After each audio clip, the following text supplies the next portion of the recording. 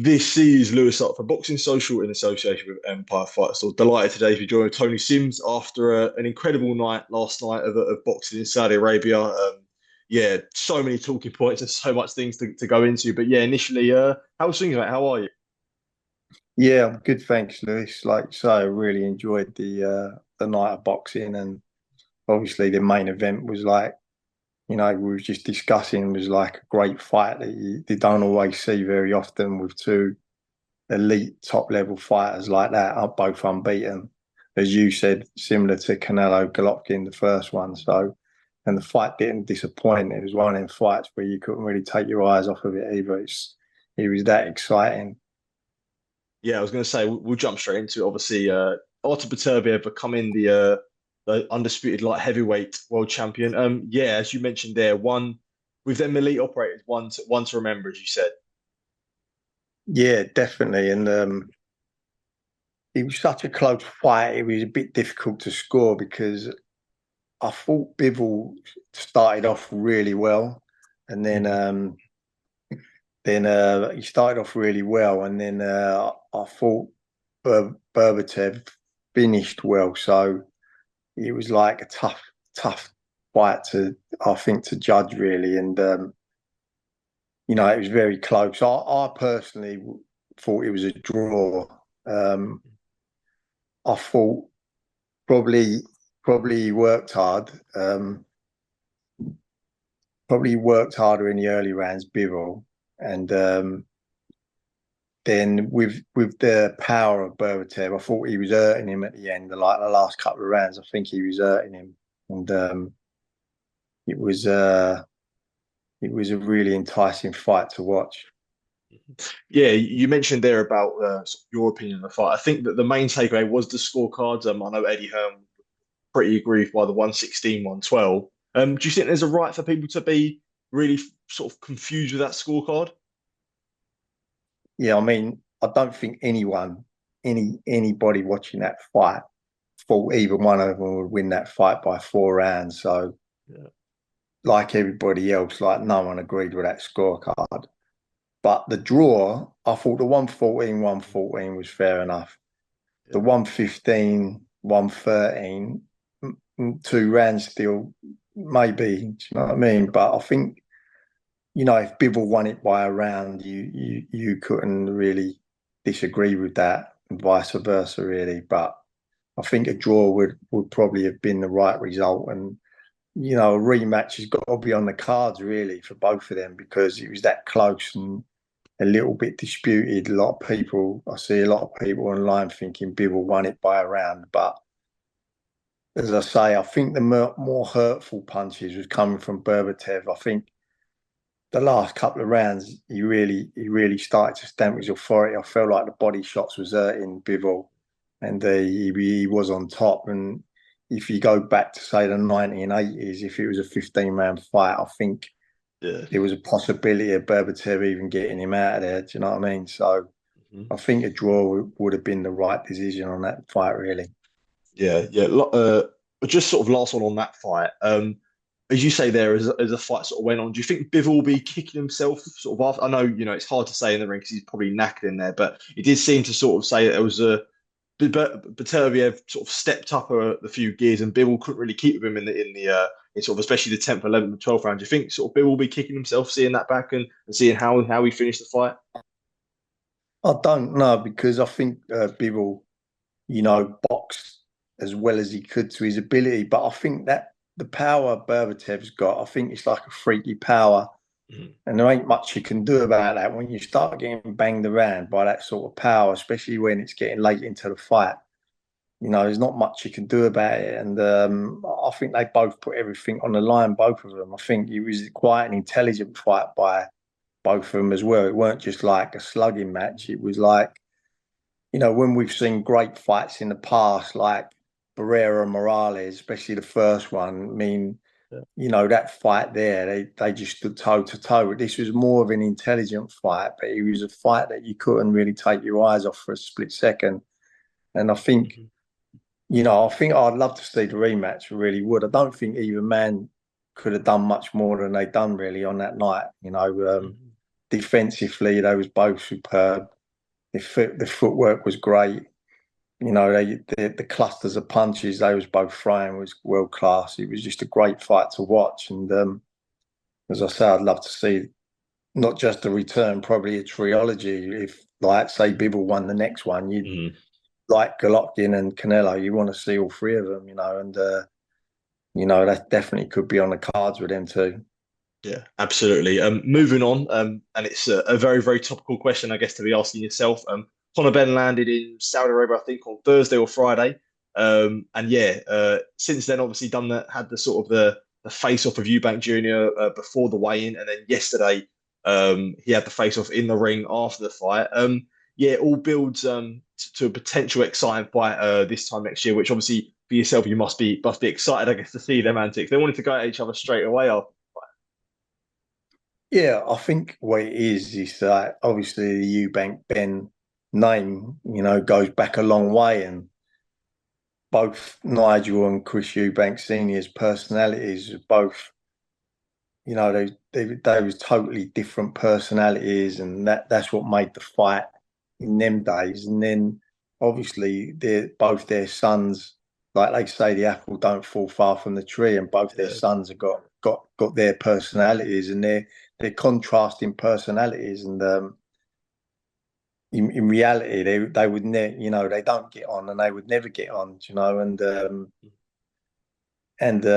both the way they both box, they're both very similar to their dads. And I think the era that when their dads was fighting, you know, it was the biggest fight in British boxing, Ben Eubank. And after the first fight was phenomenal first fight.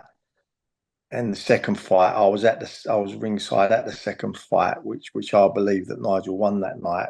Unfortunately, it was called a draw, but they was both great fights. And you know, the interest was like the whole country was tuned into that fight, into them both them fights, because of the contrasting personalities of both them fighters and the contrasting styles. And through their genes and through their sons, we can relive them fights, because we now have the offspring, and we have the same sort of styles and the same sort of personalities again. So I just think right now we've kind of lost the Joshua Fury interest a little bit.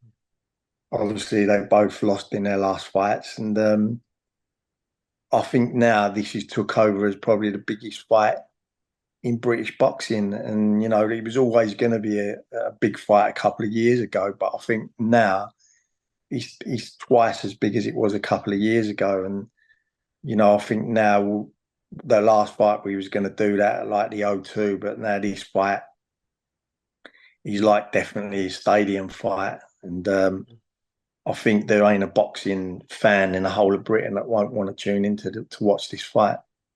Yeah, definitely, for sure. Just touching on that fight, if that is next, I know Turkey Al Sheikh spoke to the Stomping Ground. He said, you know, that's a fight that he would like to make. He sort of spoke about February being that fight.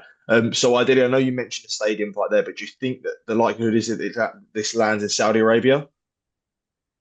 There's always a possibility. I would personally like it to be in the UK for the fans, but listen, if Turkey Al Sheikh's going to be offering money that you can't turn down, it's going to be like twice as much as say you're gonna do in a stadium fight here, and then you can't really say no to it, because at the end of the day, they're prize fighters, and that's why they work. That's why they go to work every day, is to earn money to do the prize fight. So, you know, we'll just have to see what happens once we get into negotiations. But it's certainly going to capture the public's imagination. And you know, I was around Nigel at that time when he was fighting Eubank. I obviously sparred with him, and you know, I was around him, and I was at the second fight as well. So I knew the atmosphere that was in Man United football ground at Old Trafford on the pitch. So I was there that night, and I know what atmosphere that fight brung across Britain. You know, and it was heavily watched by millions and millions of people. And I believe that this will be the same sort of atmosphere, um, watched by millions of people as well, and not just in Britain, but obviously around the globe. People will be interested in it, and we've never really we've never really seen this before because, and this is no disrespect to any of the great champions' offspring, but it's very rare that you get an offspring that becomes a world level fighter for some reason or another. It just don't happen. And the two probably greatest middleweights and super middleweights that we've produced in this country, in Eubank and Nigel Benn, we've now got two world level sons that can fight each other, and it's going to be so exciting.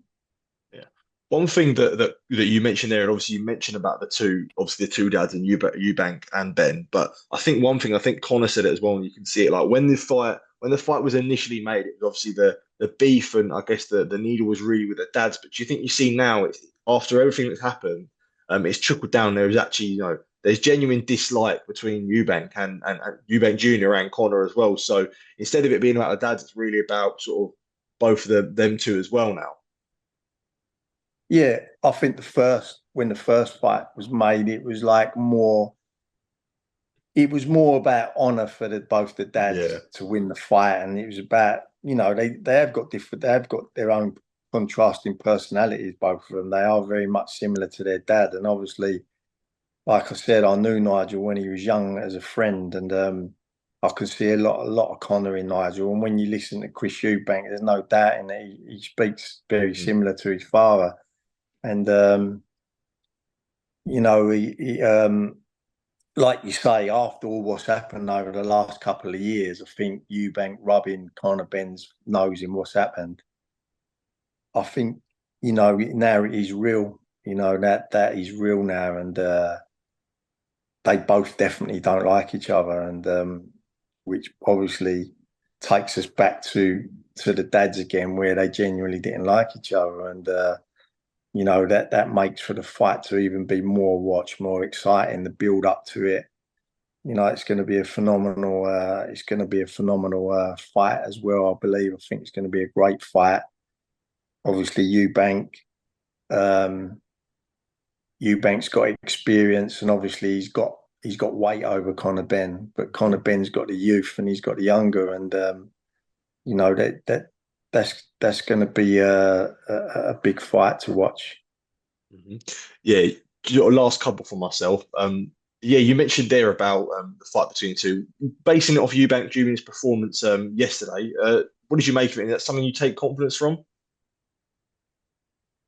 Listen, I thought he looked pretty sharp in the first round. I mean, he come out, he was firing his jab off. He had a knockdown, and like the Zarameta, I watched him fight Golovkin because John Ryder boxed on his undercard. Yeah, It was in Miami in lockdown, so I watched him live fight Golovkin, and I thought he was pretty game in the Golovkin fight. He got hurt and got put down about three times throughout the fight and kept getting up. So I expected a more toughened performance, but like when you look at his record since then, on the last couple of years, he ain't really boxed anybody, and he's not been looking that great, to be honest. I don't know. After the first knockdown in the first round, I didn't feel like he was really in the fight after that. And I thought the knockdowns, the body shots and that was like could have got up and yeah, fought on really.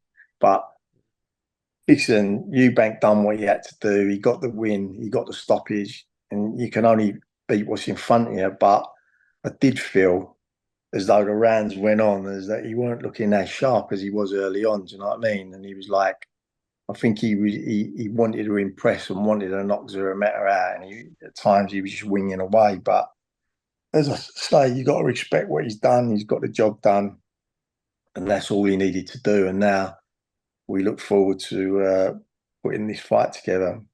yeah.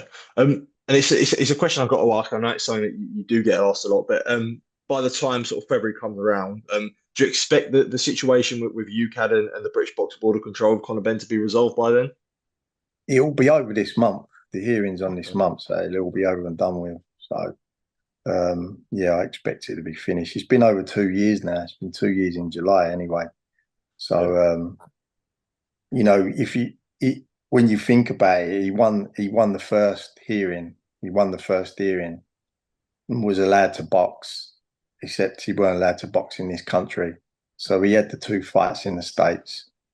Then the then UKAD and the board appealed against that decision, and they won the appeal, so they was allowed to suspend him. But listen, this is the final hearing now this month, so it'll all be over and done with after this. So we just need to move on from it after this month, and then get his career back on track again and get moving again. So and I'm excited to get back in camp with him and start training again. Yeah, absolutely. Final one from myself, just an update on the stable in general. I did want to touch on a good friend of mine, Ramtin Musah. I know he's been training down with yourself, awaiting promotional deal and debut. So yeah, exciting times. Yeah, as you say, Ramtin's a good fighter. He's down with us training now, and he's an exciting addition to the stable. He's double ABA champion, and obviously he's been on Team GB for quite a while now, and he's ready to, he's ready to go pro. Obviously, Matchroom are going to sign him, and we're just waiting for the deal to come through, and we'll be excited to look forward to his pro debut. So, yeah, as I say, he'd be a great addition to the stable. Yeah, definitely for sure. Tony, as always, appreciate taking time to speak to me. It does mean a lot, and yeah, appreciate it on this Sunday afternoon. I'll let you enjoy the rest of your weekend, mate. Top man, thank you. No problem, Lee. God bless, mate.